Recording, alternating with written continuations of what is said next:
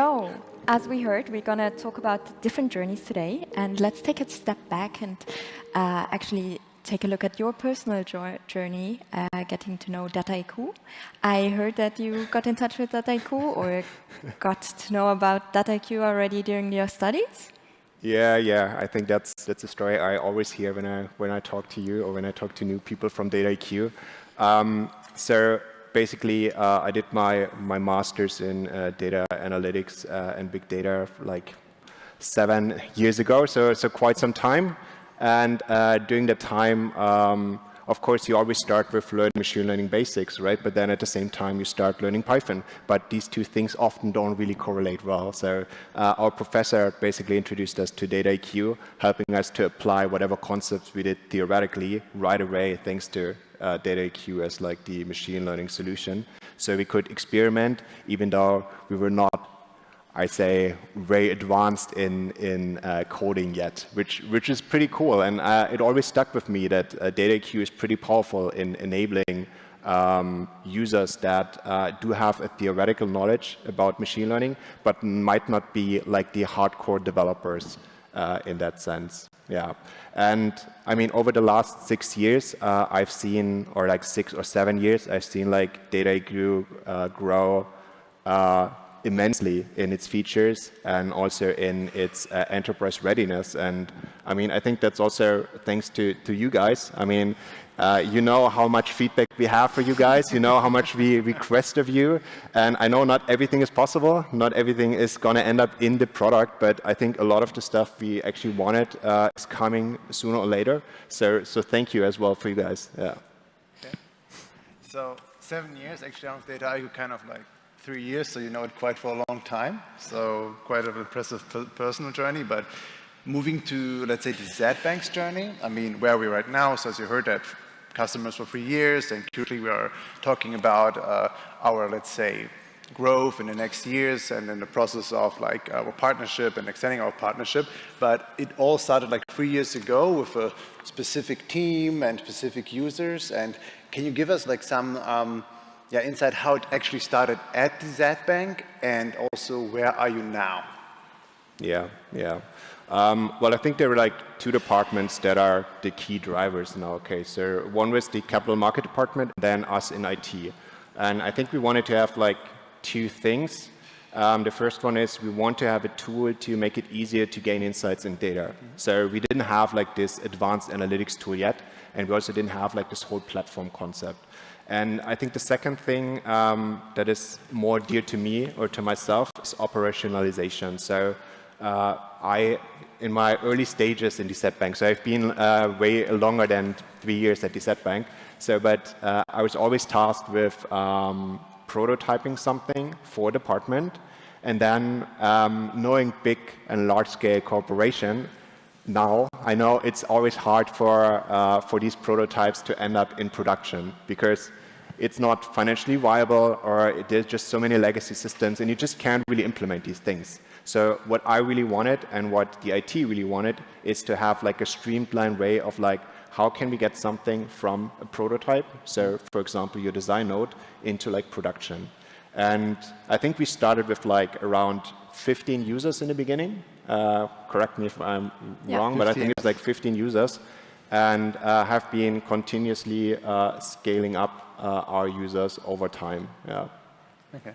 And like thinking about the next 1, 2, 3 years, where you're actually heading, where you would like to go with Dataiku, what does the future look like? Yeah.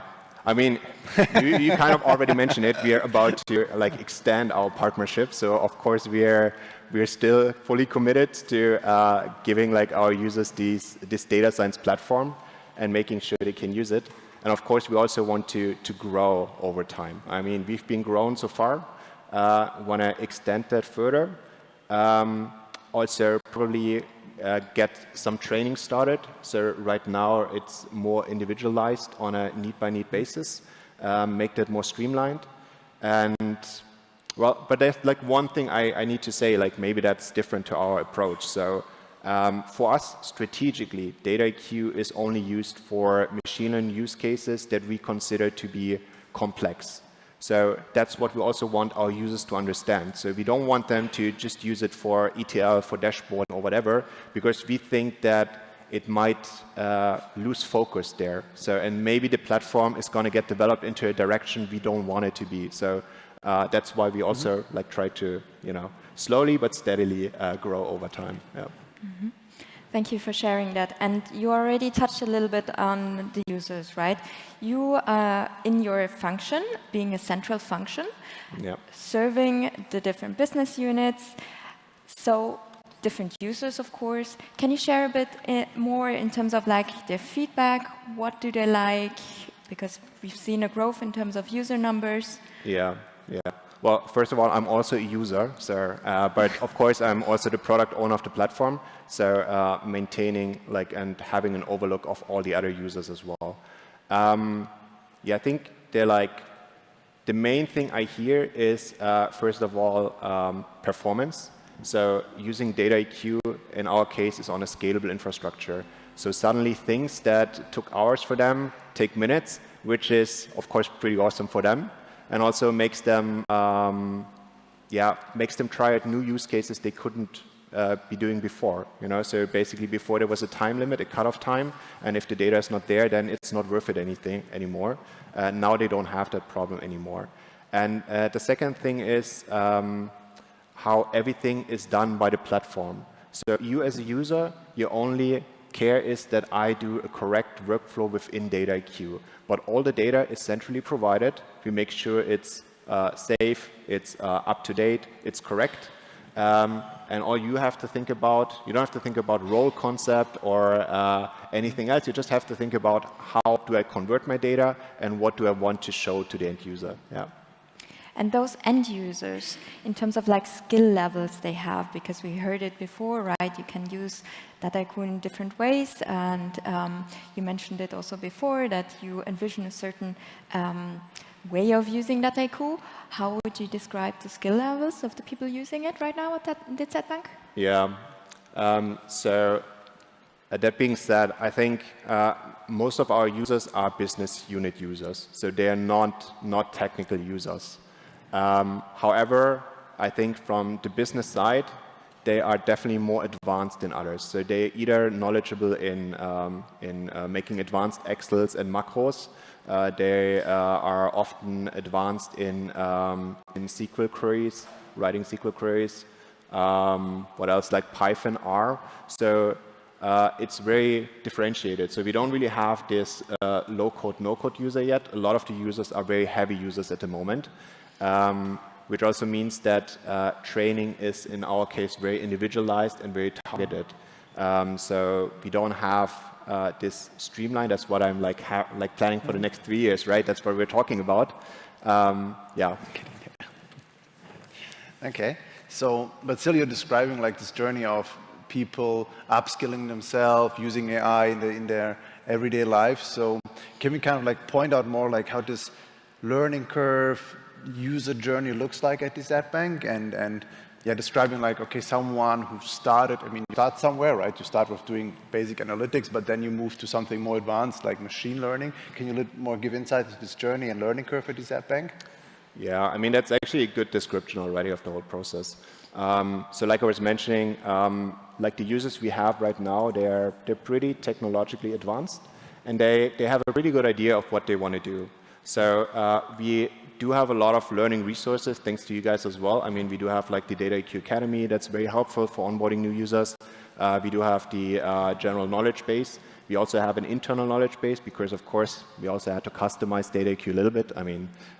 Never take anything just from the factory shop. So for the users right now, it's more on a need-by basis. So if they need training, we organize it, either doing it by ourselves or having you guys come in and training them.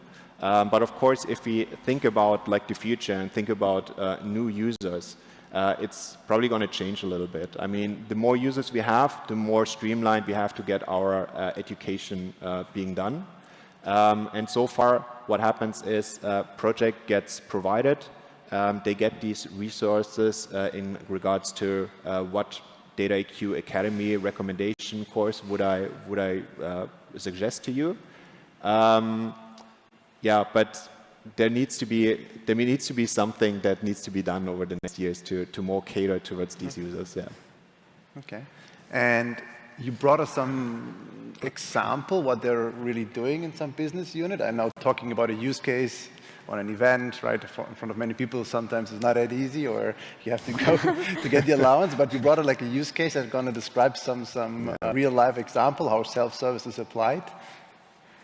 Yeah, so I think what Nenad is mentioning as our customer success manager is that I usually tell him that our departments in the bank are very secretive. Yeah, they don't really want to share what they are doing. I think it's common with many companies that they try to keep it under wraps.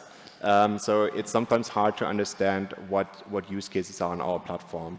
But I think one example that stood out to me and I think is really nice and really advanced is one of our capital markets department working for institutional clients. So they're kind of like an intermediary department between IT and then the sales department that actually work with these clients, providing reports and dashboards to them. And so far, what they were saying or telling me, well, we built a lot of island solutions. So we had like a little Excel here, we had some Tableau here, something was automated, something was not, and then we kind of squished everything together, and this was basically the report. So they started out pretty basic without any machine learning. So they just decided, okay, everything, every data they need is in our centralized data lake. Let's access this. Let's try to combine it in a way that makes sense. And then also, let's create a dashboard that is very interactive and also very snappy. That was one of the main requirements, making it snappy, because that was not the case so far. And building on top of that, now they started to build recommendations. So, for example, when you as a sales representative look into the dashboard, you see your customer statistics, you see all limits, you see what trades have been happening there, so you get a good overview. But now you also get recommendations and push notifications in case there's like some lead or some opportunity, which was not possible before. And I think they're gonna like extend that further. I mean, now that we have all these LLM mesh capabilities, I see more potential to make these reports and dashboards even better over time. Yeah. Yeah, thank you for sharing that. And I think you pointed out a very important point. It's not only about the user experience from the users itself in the platform, but also in terms of like having then a snappy result, as you said, to make sure that it's actually then used in the end and creates the business value that we were hearing before, right? So now let's look at another topic, very important topic in these days and also today at our conference, the topic of governance. And especially in a bank, I know this topic is a bit, it can be maybe sometimes a bit annoying. I was talking before with some other colleagues as well. But given that you basically allow more users to contribute, to participate, to use the data, how do you guys ensure that governance then is ensured? Yeah, I mean, I think that's a topic I could probably talk another hour, but like, let's try to summarize these things a little bit. So like we were saying, like data security governance, of course, always important, but especially important for highly regulated environments like financial service industries, for example. So what we tried doing was when we were setting up Dataiku, try to involve all the stakeholders early on to make sure that there are no open spots that might nip us in the butt later on. I mean, you guys know it took us a little longer to develop the platform and to onboard the first users, but that's basically why. The second thing is we did customize Dataiku in certain ways. So for example, in our case, when you want to get a project, you can't just like click it in Dataiku. You have to centrally order it via our web shop. So we basically track who orders it, what project is it, in what state is it, who does it belong to, how do we bill it. So the same is once you order it, there's like an access management role system that gets developed. We provision resources. So it's a lot more streamlined than just using Dataiku out of the box. Yeah. And yeah, that's basically it. Yeah. Okay, so let's head to the piece of advice part, and I think we have some FSI customers here, but of course many other customers from different regions and industries. And if you think about democratizing data and AI and doing this across the company. So what would you tell the people or the audience? Like, what should they think about? How should they start? And what would you actually advise them? Yeah, that's always a good question. What do you advise other people where you don't know their situation that well? I mean, what worked well for us was we started slowly, and we are also continuously going very slowly at the moment. But not because we don't want to onboard new people. It's just we want to make sure that the architecture we are building right now is not only feasible for like the next 1, 2, 3 years, but goes further than that. So. Of course, we out of IT, we don't know all the use cases that are in the different departments, and they're also not going to tell us, and maybe they don't even know yet, you know. But I would say, when you start this journey, like make sure that you don't just think, how do I get users as quickly on the platform as possible, but also think long term. So how do I define processes to be able to scale over time, to make your work much easier later on when suddenly people are starting to inflow. Yeah, so I guess it's very German of me, very conservative, or maybe my bank made me that way, so I don't know, but I would say slow down, but also commit to what you're doing and think about the long-term strategy you're going for here. Yeah, slow doesn't always mean that it's a bad approach, as you said. Especially in banking and in Germany, we see that also in other industry. It's good if you have a well thought through approach, and thank you very much, Felix, for all the work together, and looking forward to the journey ahead, working together in the next coming years. Yeah, well, thank you so much, you know. I mean, wouldn't have been possible without you two guys, so I'm very thankful for that as well. Yeah. Thank you. Thank you.